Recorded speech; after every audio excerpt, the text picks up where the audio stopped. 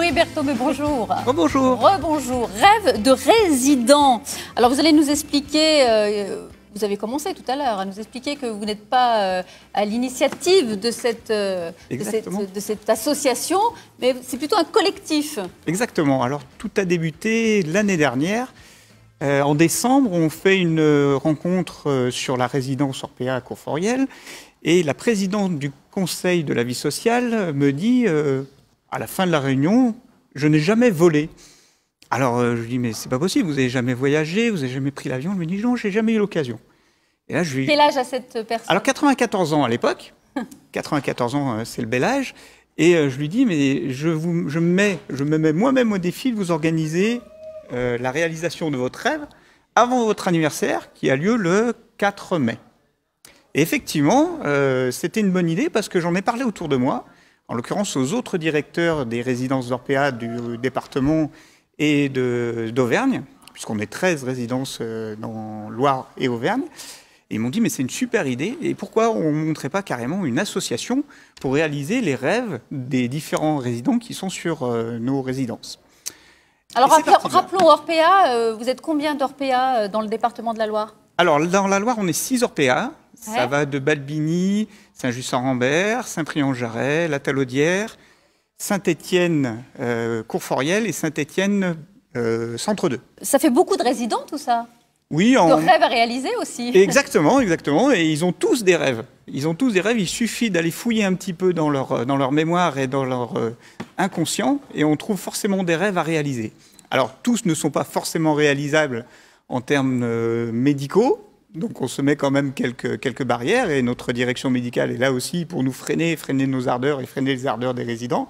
Mais jusqu'à présent, on a toujours trouvé des solutions. C'est quoi le plus fou, le rêve? C'est ce que j'allais dire, le rêve que vous avez entendu. Alors cette petite dame donc, qui voulait voler, eh bien, au départ, on était parti sur une solution de montgolfière. Mais c'était compliqué, les aérostiers nous ont dit à l'atterrissage, on ne contrôle pas trop, etc. Donc on s'est dit, c'est dangereux. Okay. Donc on s'est rabattu sur une solution plus sécurisante et c'était l'hélicoptère. Alors, on va voir en image ce rêve d'hélicoptère, enfin, quelques images. Alors, comment elle s'appelle, cette personne? Madame Montenot, qui est présidente de mon conseil de la vie sociale. Voilà, 94 ans. Eh ben non, maintenant 95, du coup. Elle ne les fait pas du tout. Elle ne les fait pas, hein. Non. Là, on la voit avec une infirmière et quelqu'un de sa famille. Ici, c'est notre ancien logo, l'hélicoptère de Fly for You, qui a bien joué le jeu aussi. Elle avait des craintes, des peurs un petit peu avant ou pas? Ou est-ce qu'elle y allait de façon naturelle? Je pense que l'excitation était plus importante que la peur. Regardez ça, elle était contente en tout cas. Elle avait l'air. Voilà, elle avait la chance d'être accompagnée par l'animatrice de la résidence. En fait, je lui ai proposé, je lui ai dit, mais avec qui vous souhaiteriez réaliser ce rêve? Il me fallait obligatoirement une infirmière.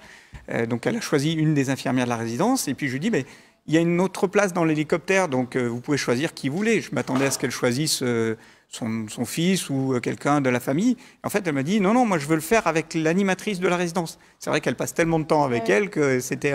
c'est important, ces liens qui se tissent au sein des résidences. Voilà. Et alors, pour le coup, Sylvie, l'animatrice, s'est fait plaisir aussi, puisqu'elle n'avait jamais volé en hélicoptère non plus. Bon, bah alors voilà. On a fait 2 rêves en un. 2 rêves en un. C'est ça. Et puis, on a enchaîné.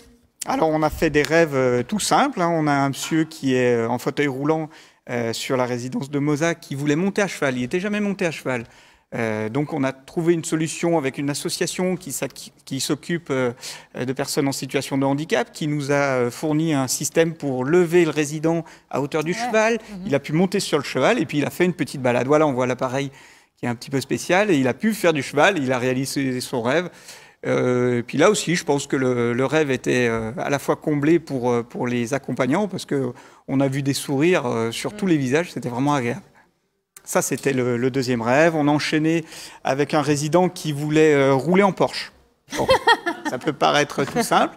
Alors, c'est la famille qui lui a fait la surprise. Un samedi, après le repas de midi, ils ont mangé avec lui à la résidence de Balbini. Et puis, ils lui ont dit, non, mais on ne va pas aller faire la sieste, on va aller faire une petite balade. En plus, il faisait beau ce jour-là. Mais alors là, je ne comprends pas, il y a 3 Porsche. Ben oui, tant qu'à faire. Autant qu'il ait le choix. Au départ, on devait en avoir qu'une. Et puis, au dernier moment, on a eu la surprise d'avoir des bénévoles qui nous ont fait la surprise de venir avec leur Porsche. Et étonnamment, il a choisi la Porsche, la 911, qui est beaucoup plus de son époque. Ça lui a rappelé des bons souvenirs. Voilà. Mais il a fait un tour en Porsche. On avait prévenu les autorités pour que il n'y ait pas de problème avec le voisinage et ils ont pu faire un petit peu de bruit et rouler un petit peu vite dans Balbine. C'est super, franchement, c'est une très très bonne idée. Un rêve qui m'a étonnée aussi, alors c'est une dame en plus, elle voulait absolument aller voir un match à Geoffroy Guichard. Ah là, c'est vraiment le rêve coup de cœur. Qui a pu se réaliser... On la voit là, comment elle s'appelle cette dame? Alors ça c'est Madame Charras, elle a pu réaliser ce rêve avec l'association Cœur Vert qui a vraiment joué le jeu, qui est partie prenante dans notre projet. Et alors là on la voit en bonne compagnie. En fait c'était un rêve en 2 fois. La première surprise c'était le mardi après-midi, elle est allée visiter le musée des Verts. Et elle a même le maillot. La petite surprise, c'est qu'on lui avait fait préparer un t-shirt rêve de résident. Et la deuxième surprise, c'est que le dimanche, elle devait manger avec son fils. Et puis finalement, son fils n'est pas venu à la résidence. Tout simplement parce qu'il était au match déjà. Et elle l'a rejoint au match. Donc elle est allée faire l'arrivée des joueurs du bus. Voilà, donc elle a vu l'arrivée de tous les joueurs bien connus de la SS. Elle a enchaîné par un tour sur le bord de stade. Et puis, tant qu'à faire, elle a regardé le match contre Amiens dans une tribune VIP avec petit four et champagne.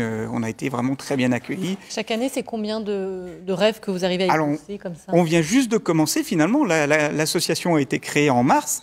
Et là, on est déjà à 5, 6 rêves de réaliser. Ah, vous bossez, hein? Oui, on bosse un petit peu. Hein. En dehors de notre travail à la résidence, on bosse aussi là-dessus. Mais je crois qu'on bosse pour le plaisir parce que nous, on se nourrit des sourires des résidents. Donc, ça nous va très bien. Et puis, surtout, on a plein de rêves qui vont se réaliser encore. Et on a des projets un peu fous. On a une dame qui voudrait aller voir les valses de Vienne pour la saison à Vienne. Ah oui, là, c'est un rêve haut de gamme. Là, c'est du rêve haut de gamme. C'est du rêve haut de gamme. C'est à la fois fédérateur, c'est-à-dire que les familles sont contentes de faire ce type de projet.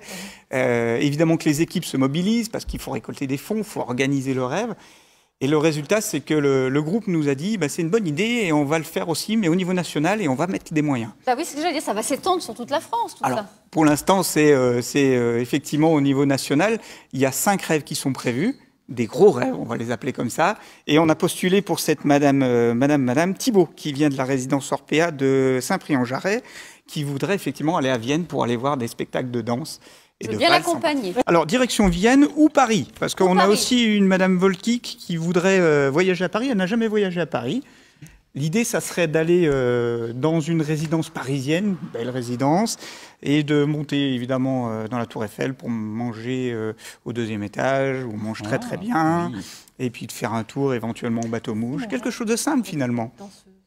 Ah, le rêve de Morgane, c'est d'être danseuse. Ouais, non, mais c'est vrai, j'aime bien, j'y pense d'un coup, je réfléchis encore. Quand même, pas la lycée, mais il y a Séverine peut-être. J'ai pensé à toi. Séverine. Moi, le petit tour de Porsche avec le papy, j'aimerais bien qu'il recommence à... Ouais, j'aimerais bien. On peut le refaire. Pensez à Séverine si vous avez encore un tour de voiture. Ça peut être marrant, c'est un papy qui va très vite en voiture comme ça. Oui, alors en l'occurrence, c'est pas lui qui conduisait. Il était trop il est monté. Il est monté effectivement au poste de pilotage. Aussi. Mais non, voilà. Parce que j'avais lu qu'il y avait une résidente qui avait pris justement la Porsche et elle était quand même d'un âge certain. Donc ça a pu arriver déjà. Il faut que j'en reparle à celui qui nous a prêté la Porsche. Il sera pas d'accord. Ah, peut-être pas. Qui finance tous ces rêves? Alors c'est nous, c'est l'association, donc il a fallu récolter quelques sous. Oui. Alors d'abord des gentils donateurs, les familles par exemple, qui ont participé parce qu'ils ont trouvé tout de suite le projet sympathique. On a aussi quelques fournisseurs des résidences Orpea, effectivement, qui ont mis la main au portefeuille. On a également un partenariat avec une galerie d'art qui s'appelle Influence Art. Et avec Idriss, pour pas le nommer, qui a vendu une toile. Et il nous avait promis de partager, on va dire, les gains de cette vente de toiles d'artistes, que vous connaissez peut-être. Elle a été exposée pendant un certain temps sur le VIP qui se trouve au Sardon, à Rive-de-Gier. Et il y avait une jolie toile en extérieur, en 4x4, qui était magnifique. Et en fait, il a partagé les bénéfices de cette vente avec l'association, et je me dois de le remercier ici. Et donc, on peut vous faire des dons? Alors, on peut faire des dons, bien entendu, on peut, et on doit. On doit faire des dons. Nous, l'adresse, c'est 29 Cours Forial. Donc, effectivement, s'il y a des gentils donateurs qui sont là, on est preneurs, bien entendu. Et puis, on récolte nous-mêmes aussi quelques menus monnaies, avec, par exemple, la vente d'œufs. En fait, on a des poulaillers et des potagers thérapeutiques sur les résidences. mais tout ce qui sort du poulailler et du potager, on ne peut pas les utiliser en cuisine pour des raisons sanitaires. Exactement. Donc en fait, jusqu'à présent, on les donnait aux familles, aux salariés éventuellement. On se dit finalement, autant les vendre. Et puis du coup, on vend les 12 œufs bio à 6 €. Voilà, je fais ma petite publicité. Ça nous permet effectivement de récolter un petit peu d'argent. Les résidents aussi, qui sont très motivés pour faire des rêves pour les autres résidents, et je les remercie aussi. Certaines résidentes, par exemple, nous confectionnent des peluches en tricot ou des petits objets pour vendre et pourquoi pas décorer les tables de Noël. Et tout ça, on les vend aux familles qui viennent visiter, etc. Ça fait un petit peu d'argent, c'est sympa. Et puis, dans les résidences, on organise régulièrement des repas festifs et on partage un petit peu. Il y a certaines familles qui nous donnent un petit peu plus que le prix du repas pour financer l'association. Oui, très bien. En tout cas, toutes les infos sont sur orpea.com. Alors c'est ça, exactement. Et il y a ce fameux rêvederesident.fr qui vous propose de postuler. Quand vous serez résident, vous pourrez postuler. Ou vous, pour être danseuse, vous pourrez postuler.